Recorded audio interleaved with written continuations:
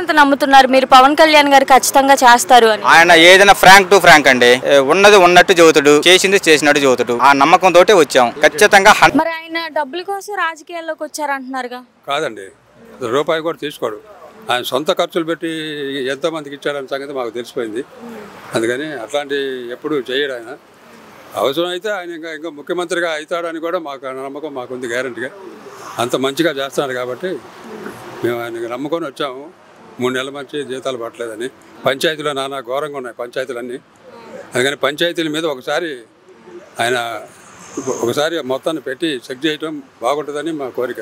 పవన్ కళ్యాణ్ గారు అసలు రాజకీయాల్లోకి పనికిరారు అని చెప్పి వైసీపీ వాళ్ళు అంటున్నారుగా?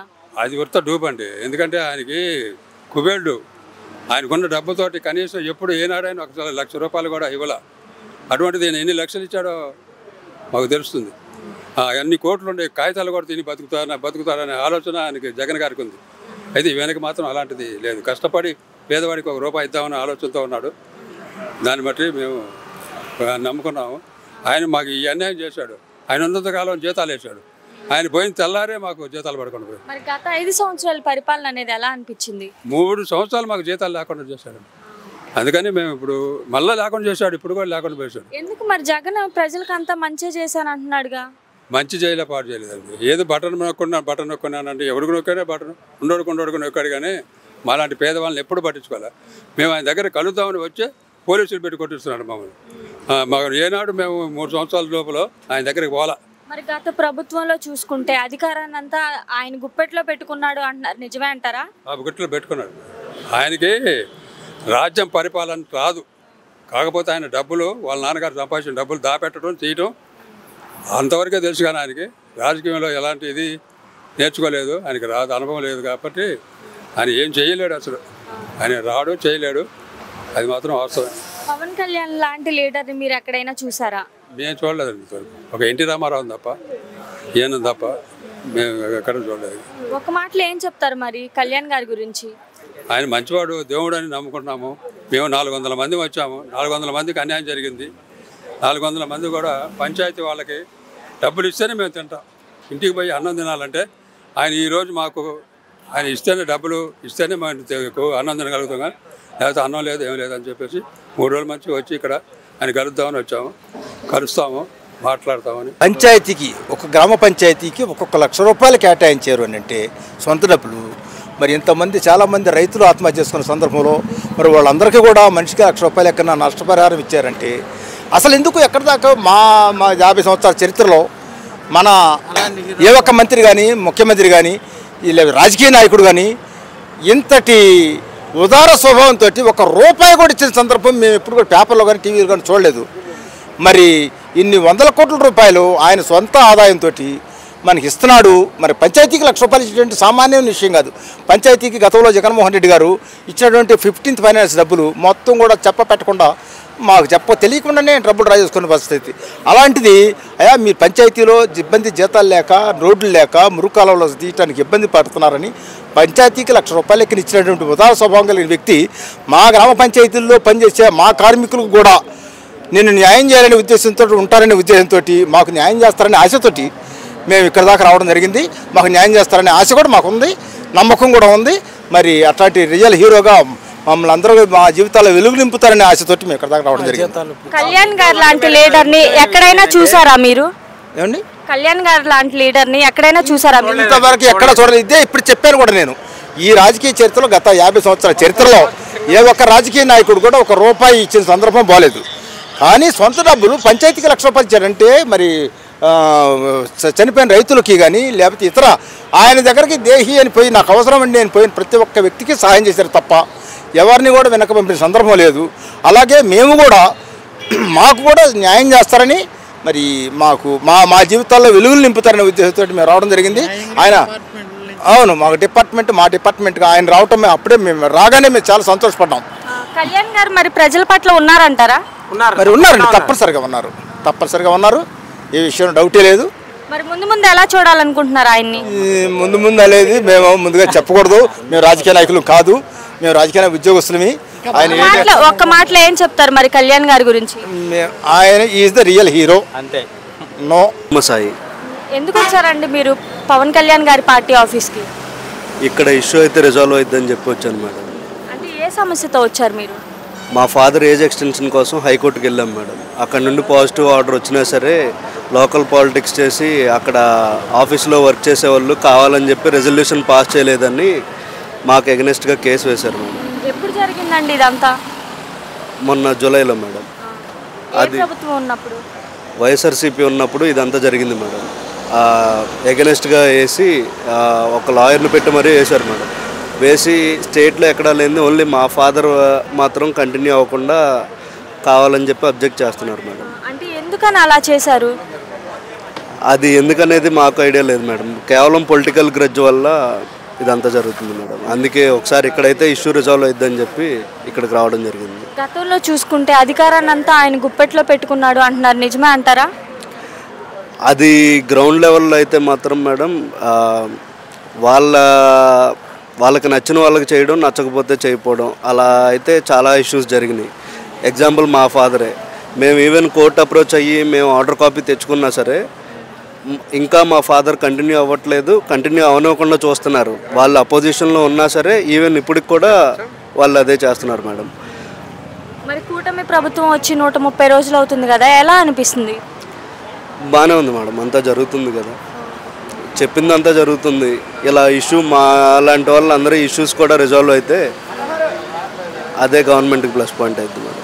మరి ఇప్పుడు మీరు కళ్యాణ్ గారి దగ్గరికి వచ్చారు, కళ్యాణ్ గారు ఖచ్చితంగా మీ ప్రాబ్లమ్ సాల్వ్ చేస్తారని మీరు నమ్ముతున్నారా? చేస్తారని నమ్మకంతోనే వచ్చాం మేడం. ఎందుకు అంత నమ్ముతున్నారు? ఎందుకంటే ఆయన పవన్ కళ్యాణ్ గారు మేడం. ఆయన చెప్పారంటే చేస్తారు, ఆయన దగ్గరికి వెళ్ళామంటే అది సాల్వ్ అవుతుందని నమ్మకంతోనే వచ్చాం మేడం. మరి కళ్యాణ్ గారు డబ్బుల కోసం రాజకీయాల్లోకి వచ్చారు అంటున్నారు కదా. డబ్బుల కోసం వచ్చిన వాళ్ళు అయితే కనుక ఇలా జనాల మధ్యలో ఉండి వీళ్ళ అభిప్రాయాలు తీసుకుని వాళ్ళ ఇష్యూస్ రిజాల్వ్ చేయడం ఇదంతా చేయరు మేడం. అది వేరేలా ఉంటుంది. ఇదంతా కూడా కేవలం సర్వీస్ చేయడానికి వచ్చారు. సర్వీస్ చేయాలన్నా పవర్ ఉండాలి మేడం.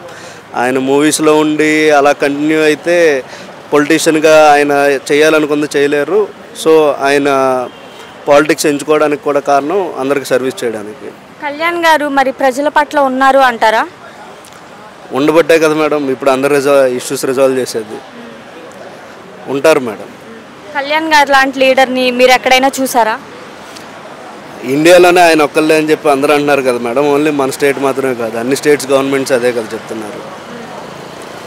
ఆయనకు ఒక చరిష్మా ఉంది, యూత్లో ఫాలోయింగ్ ఉంది.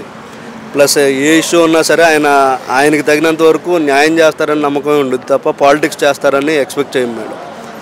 అదే ఆయన దగ్గర ఉన్న మేజర్ అడ్వాంటేజ్. పవన్ కళ్యాణ్ గారు అసలు రాజకీయాల్లోకి పనికిరాడు అని చెప్పి వైసీపీ వాళ్ళు అంటున్నారు కదా. 100 మంది 100 అంటారు మేడం. పనికి రాకపోతే కనుక ఈరోజు డిప్యూటీ సీఎం అయ్యేవాళ్ళు కాదు కదా. ఏం చెప్తారు మరి కళ్యాణ్ గారికి? కళ్యాణ్ గారి గురించి ఒక మాటలో ఏం చెప్తారు? Dynamic leader madam. ముందు ఎలా చూడాలనుకుంటున్నారు మీరు ఆయన్ని? Chief minister. Okay, thank you. మీ పేరు? నా పేరు శ్రీనివాస్ అండి, గ్రామ పంచాయతీ బిల్ కలెక్టర్ని. ఇప్పుడు వచ్చిన వాళ్ళు గ్రామ పంచాయతీ స్వీపర్లు, అటెండర్లు, శానిటరీ మేస్త్రులు, ఎలక్ట్రీషియన్లు, జూనియర్ అసిస్టెంట్లు అందరం బిల్ కలెక్టర్లుగా అందరం ఉన్నాం. దాదాపుగా మేము ఇప్పుడు ఒక 100 మంది దాకా వచ్చాము. మేము 1993కు ముందు అంటే 30 సంవత్సరాల నుంచి ఈ గ్రామ పంచాయతీల్లో నమ్ముకొని ఉద్యోగాలు చేస్తూ ఉన్నాం. 2020 అప్పటి వరకు మాకు గ్రామ పంచాయతీ వాళ్ళు జీతాలు ఇచ్చేవాళ్ళు. 100 రూపాయల కాడి నుంచి మేము జీతాలు చేస్తూ ఉన్నాం. 2020లో గవర్నమెంట్ అప్పటి 2018 చంద్రబాబు నాయుడు గారి గవర్నమెంట్లో మాకు 142 జీవో అని ఒకటి ఇచ్చి మినిమం టైం స్కేల్ ఇచ్చాడు. ఈ మినిమం టైం స్కేల్లో ఓన్లీ బేసిక్ పే తీసుకునే విధంగా మాకు ఇచ్చాడు. ఈ విధంగా 30 డిపార్ట్మెంట్ వాళ్ళకి ఇచ్చారు ఈ జీవోని. 30 డిపార్ట్మెంట్లలో 29 డిపార్ట్మెంట్ వాళ్ళు చంద్రబాబు నాయుడు గారు ముఖ్యమంత్రిగా ఉన్న టైంలోనే ఇంప్లిమెంట్ చేయించుకున్నారు. మాది కొంచెం ఒక 4 నెలలు లేట్ అయింది. లేట్ అయ్యేకల్లా జగన్ గారి ప్రభుత్వం వచ్చింది. జగన్ గారి ప్రభుత్వం వచ్చిన తర్వాత ఆ గవర్నమెంట్లో ఇచ్చిన జీవోలే అనే కక్షతోటి మాకు ఓన్లీ బేసికే ఇచ్చాడు, డిఏ లేకుండా. మొత్తం 30 డిపార్ట్మెంట్లలో ఇంప్లిమెంట్ అయితే 29 డిపార్ట్మెంట్ వాళ్ళకి బేసిక్ డిఏ ఇస్తాడు. కానీ ఆ గవర్నమెంట్ అనే కక్షతోటి మాకు ఓన్లీ బేసిక్ ఇచ్చాడు. ఆ బేసిక్ కూడా రాంగ్ డైరెక్షన్లో 010 అని మాకు ఇచ్చిన ఆర్డర్లో కనీసం కలెక్టర్ గారు, joint collector, district audit officer, district జిల్లా పరిషత్ సిఇఓ గారు, జిల్లా పంచాయతీ అధికారు 5గురు గ్రూప్ లెవెల్ డిస్టిక్ లెవెల్ కమిటీలో మమ్మల్ని అప్రూవల్ చేసి మాకు 142 జీవో అనే ఇచ్చి ఆ 142 జీవో ఒక ఐఏఎస్ ఆఫీసరు రాష్ట్ర స్థాయి కమిషనర్ ఆఫ్ పంచాయతీరాజ్ ద్వారా మాకు ఆర్డర్లు ఇచ్చారు. గతంలో చూసుకుంటే అధికారాన్ని అంతా ఆయన గుప్పెట్లో పెట్టుకున్నాడు అంటున్నారు, నిజమే అంటారా? ఖచ్చితమే. సరే, ఏది ఏమైనా మమ్మల్ని గ్రామ పంచాయతీలో పనిచేసే మేము మొత్తం రాష్ట్రం మొత్తం మీద 493 మంది. అసలు ఒరిజినల్గా మేము ఇక్కడికి అపాయింట్ అయ్యేటప్పటికి 612 మంది ఉన్నాం. 612 మందిలో 200 మంది చనిపోయారు. 493 మంది ఉన్నారు. ఆ 010 హెడ్ ఇచ్చారు. అది అటు ఇటు కానీ హెడ్ ఇచ్చి ఒక 10 నెలలు జీతాలు ఇచ్చిన తర్వాత ఈ హెడ్ కిందకి మీరు రారు, మీరు 020కి వస్తారని సుమారుగా ఒక 2 సంవత్సరాల దాకా మాకు జీతాలు ఆపేశారు. ఒక్కొక్కరిని మేము దగ్గర మేము ఉంటున్న ప్లేస్ నుంచి 200 కిలోమీటర్లు మమ్మల్ని ట్రాన్స్ఫర్ చేశారు. అసలు అల్లాడిపోయినాం అన్నమాట. సరే, ఎట్నో గట్ట మా రూట్ మేము చూసుకొని జీతాలు తీసుకుంటున్నాం. ఇప్పుడు రీసెంట్గా ఈ గవర్నమెంట్ వచ్చిన తర్వాత 2 నెలల నుంచి ఈ హెడ్ కూడా మీది కాదు అని స్టేట్ ట్రెజరీ డిపార్ట్మెంట్ వాళ్ళు ఈ హెడ్ కిందకి మీరు రారు అని మా జీతాలు ఆపేశారు. కనుక మేము మా శాఖ కూడా పవన్ కళ్యాణ్ గారు కాబట్టి ఆయన సినిమా హీరో, రియల్ కూడా హీరో అనే నమ్మకంతో మాకు జీతాలు ఎట్టి పరిస్థితుల్లో తెప్పిస్తాడు.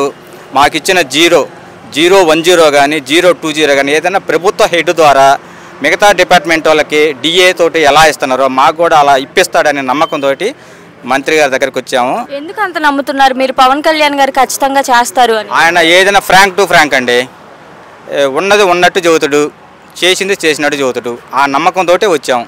ఖచ్చితంగా 100% మా పని అయిద్దని మేము నమ్మకంతో వచ్చామండి. పవన్ కళ్యాణ్ గారు డబ్బుల కోసం రాజకీయాల్లోకి వచ్చారంటున్నారు కదా? ఎవరెవరో 100 రకాలు చెబుతారండి. మేము ఒకటే మాట, సినిమాలో హీరోలాగానే రియల్ హీరో చేస్తాడు.